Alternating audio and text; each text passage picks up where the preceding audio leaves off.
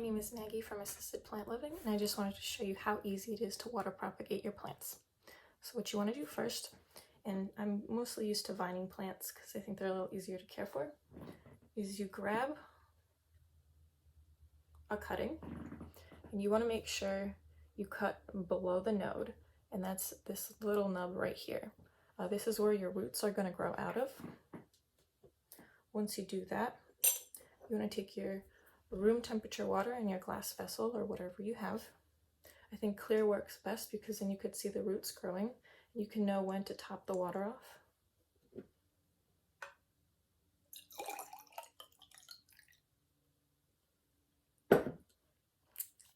And then you just plop it in.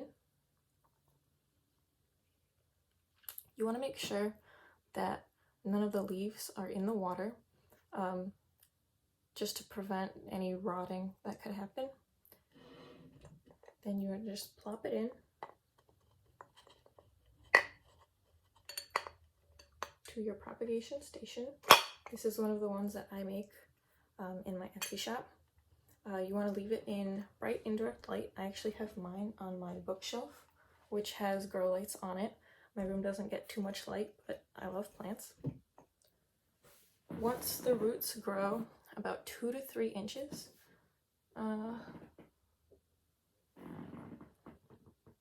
you'll want to repot them.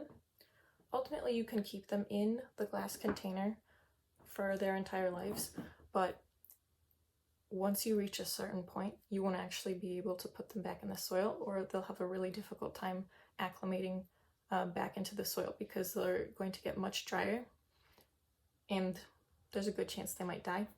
So once the roots are about 2 to 3 inches, that's a good time to actually take them and transplant them into the soil. So I have my Franken pot that I'm about to build up, and I'm going to put them in a soil mixture that I make. I use succulent soil because it's very well draining, and then I add more, what is this called? Perlite.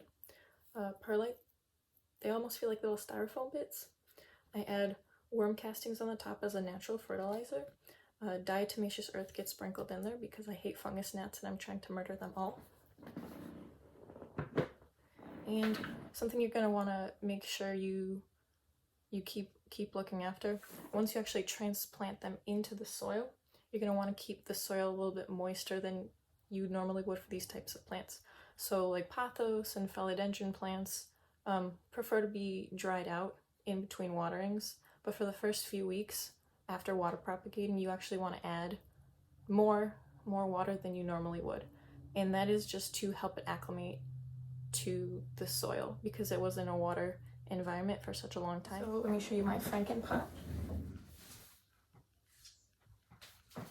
This is a Mandula pothos, and this is my neon pothos.